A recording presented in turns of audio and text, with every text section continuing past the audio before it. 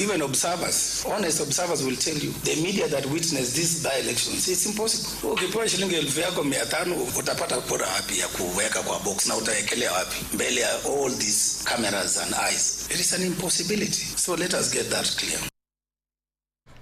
IEBC bende oyangoni ne giyudo ngur ochiko ka bende auchiel kuomgi osewinji ma otieki ka adek nyochane owit oko kod do mamalo. Koni chenro mar kwano mbulu en gino mawinjore bedne tayo kaluwore kod chike ma tayo yiero ma pacho kaendi, kendo bende oseyo malich mokalo jogo manyochane temo donjore kod yiero go ka bende okwedo tim mag maundu manoneno e kinde yiero madundogo.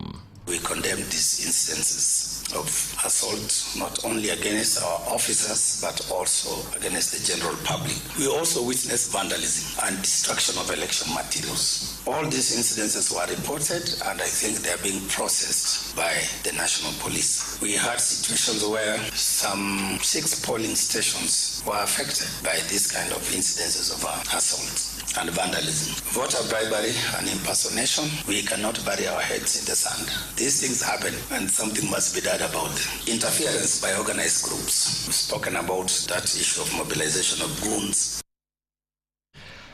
Adul makero gi mabadhi pacho kaendi EACC yangone gi sepeo mwandu mag kuo manego giro mo shillings billion 3.4 kaluwore kod jakoma mar EACC Bishop David Oginde mabende neloso odichieng' makawuono kinde mane gi yango report ma 2024 maiga ka higa.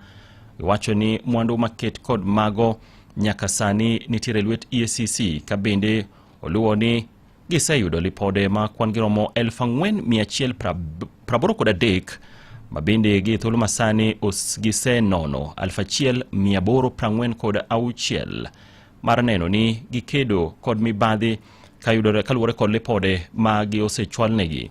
Seche gogo bende Oginde wacho ni ma en okang' ma gisekawo kaluwore kod tudruok masani gin godo ka gikonyore kod bad migipe moko mag sirikal koda ka jopiny giwegi mondo mi gikony e kedo kod lwenyno mar mibadhi pacho kam. Decisive steps reinforce institutional integrity and impact. One is the strengthened collaboration and partnerships. Commission continues to broaden its engagement with state institutions, the private sector, civil society, the media, and international partners. Platforms such as the Kenya Leadership and Integrity Forum, generally known as CLIF, have enabled diverse actions to align around a common integrity agenda. We are getting closer and better collaboration with various partners, both locally, within government, and other institutions.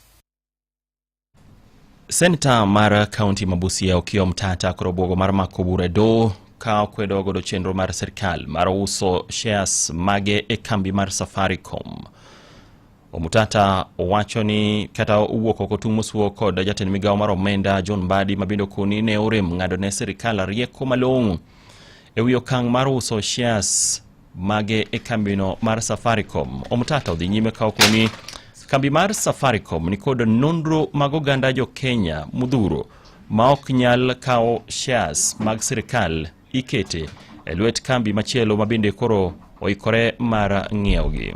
Kumbuka hata kura zetu zinatumika kwenye mtandao za Safaricom. M-Pesa inakimbia kwenye Safaricom. Hata hii mambo ya SHA na SHIF inaendeshwa na Safaricom. Na hiyo data yote iko kwenye Safaricom. So kama serikali haitakuwa na sauti ya kucontrol hiyo kampuni, itakuwaje kama ikiwa kwa mikono ya mzungu? So itabidi tuishie mahakamani kwa sababu tunaona hata bunge naona vile wameitime imekuja wakati ambapo bunge yuko kwenye likizo na vitu kama hizo. So itabidi tukimbie mahakamani hivi karibuni na tuweze kutafuta order za kuzuia hiyo privatization kufanyika. Ni kwa nini mzungu atake kununua Safaricom kama haina manufaa? Tumewahi kujiuliza hilo, na mbona pesa mingi hivyo? So yao ya Mbadi ni kama ile fisi ambaye ameona mawe ambayo imepakwa damu, nikafikiria imeona nyama na inaenda kumeza hayo mawe na baadaye itashindwa kutembea. So siweni lolote ambalo la maana kwenye ile mambo bwana Mbadi alisema. Omutata bende odhi nyime ka kwayo oganda jo Kenya mondo mi osergi lwedo e parono magin godo mar dhi chungo chenro ma kamano. Mimi ningependa kuona serikali ikinyakua share zaidi, ikichukua Safaricom iwe rasilimali ya kitaifa kabisa. Lakini vile wanataka kuiuza, itabidi tupambane, na mimi naomba wananchi wenzangu tujitokeze, vile tulijitokeza kupinga Adani, tujitokeze kwenye bunge, kwenye civil society, kwenye makanisa, tupinge ili jambo, ili tuweze kukomboa hii kampuni ambayo ni ya muhimu sana kwenye Jamhuri ya Kenya.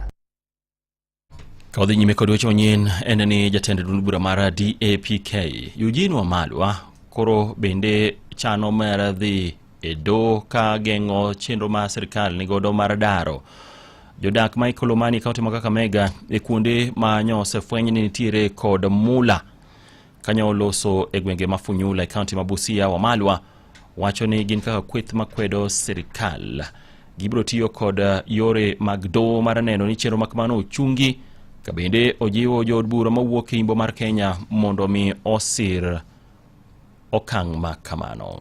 Sisi tumesema we are going to court to challenge the illegal grabbing ya land ambayo inaendelea kule Kakamega and anywhere. Tumeenda kotini ku challenge ile takeover iliyofanyika ya factories zetu. Bwana Undo, I would like you to join your brother Boni Khalwale na viongozi wa bunge walio hapa kupinga jambo ambalo linafanyika kule Kakamega. Najua ya kwamba wanajaribu kuzuia, lakini leo nilitaka tukiwa katika kanisa hili muombe taifa letu. Ingine wanafanya na wa Chinese, wanaanza kuchimba huku chini bila idhini ya watu wa region hii, bila proper public participation, kuhusisha the leadership of this county and this country. Wamalwa bende nodhi nyime ka wacho ni chenro mar daro jogo ma yudore e alwora no ma bende nyaka sani nitiere kod mula biataro kod chike mage ma rito ratiro magi, kendo bende en chenro manyaka kwede kod ka piny owacho mar kaunti no ma Kakamega. Kuna dhahabu hapo Kakamega, wako wanafukuza Waluya hapo, wanafanya deal na kampuni ingine, wanaenda huko Bushangala, Isulu, wanaenda kufukuza Waluya wachukue ardhi yao by force without proper compensation and without public participation. Zaidi ya watu 3 wameuawa sababu ya dhahabu hapa Kakamega, na sio huko tu, hata Migori mambo haya yanaendelea, wanafuata dhahabu kila pahali. Hapa Busia there is gold in this county just like the neighboring county of Kakamega. Usiku na mchana wako wanapanga vile watachukua hii mali asili ya watu wa hapa. Imedo winjo weche manyien gi Collins Okaka. Komachelo en ni gikone to ringre mar rawera moro ma jegini 12 manyocha ne owito ngimane e aora ma Miriu Kawuor location e sub county mar Achonyo East, mano county ma Homa Bay. Gikone to ringre no ne oyudi kawuono. Ringre Jibril Sise ma bende nyocha ne owito ngimane kinde mane kod jowetene mokariyo, nyithindo wetene ne oyudi kaluwore kod menyo ma osebedo kadhi nyime nyaka nyocha ne owit ngimane e aora no. Jibril Sise nyocha ne nitiere grade mar 6 ka lal tho mare en lal ne familia mare, ka bende kaluwore kod ler manochiw kod ruoth ma Miriu location Tom Agwanda en ringre no ne oyudi kaluwore kod nywako lwedo manobedo e kind apisas ma bende ne okonyore kod jogo abal ma yudore gwengego mane gikone ogolo ringre mare ma bende nosechwal nyaka kar kano ringre ma Jawabu ka irito timne bero.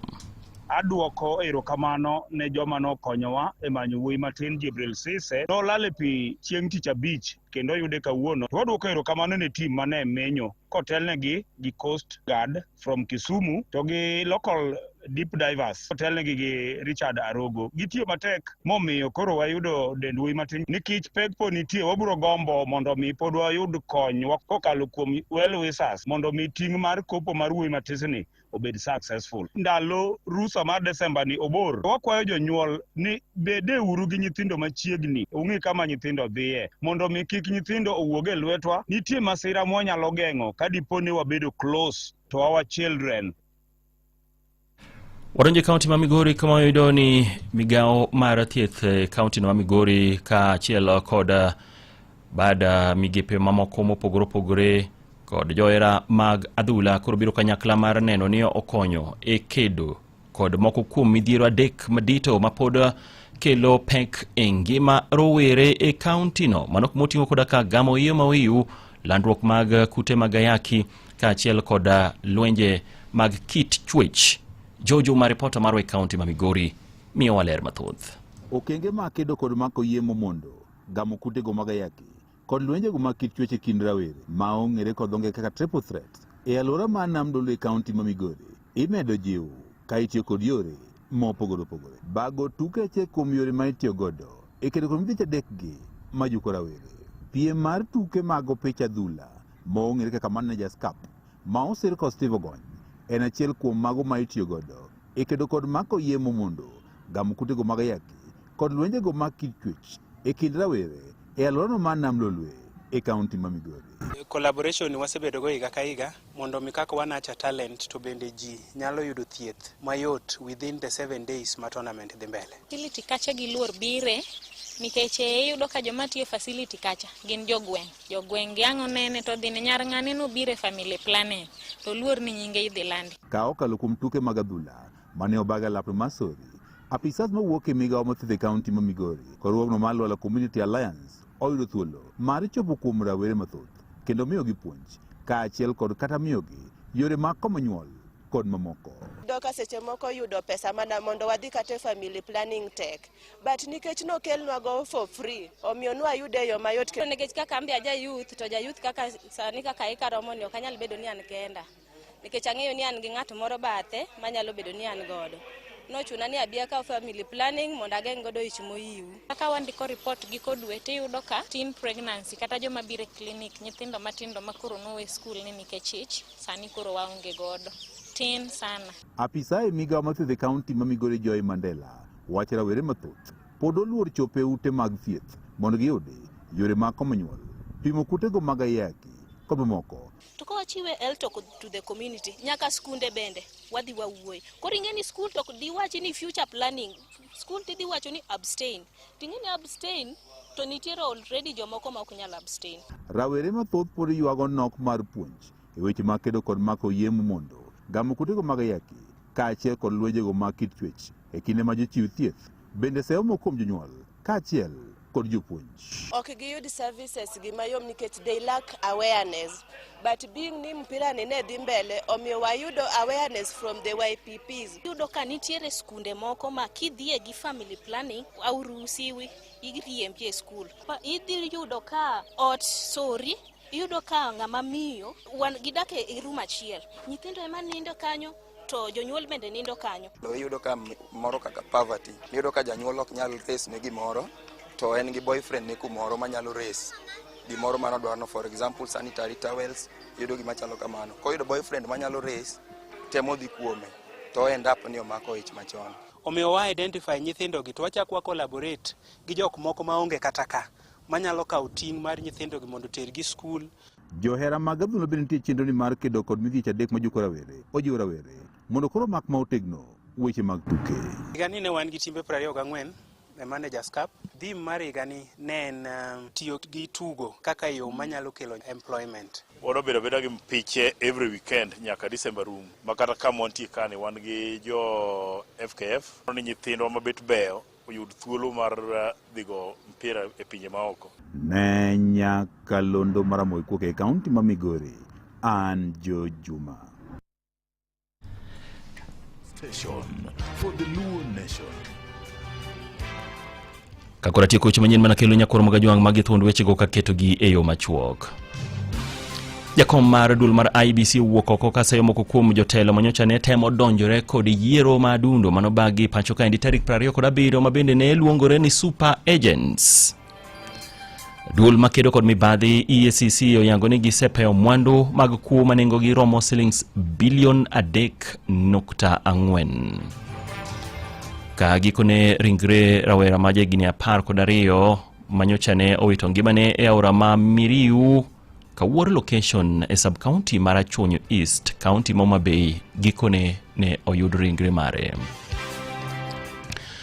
Saboro gi sochiko tudri kod kendo weche manyien e yo machuok kangoro ma 10 kaka pile weche manyien e yono mar dimba kathoth gi gin mago mutuch koke kor gwenge makmana ni bang' nyiri machuok kende wadonje pautuke.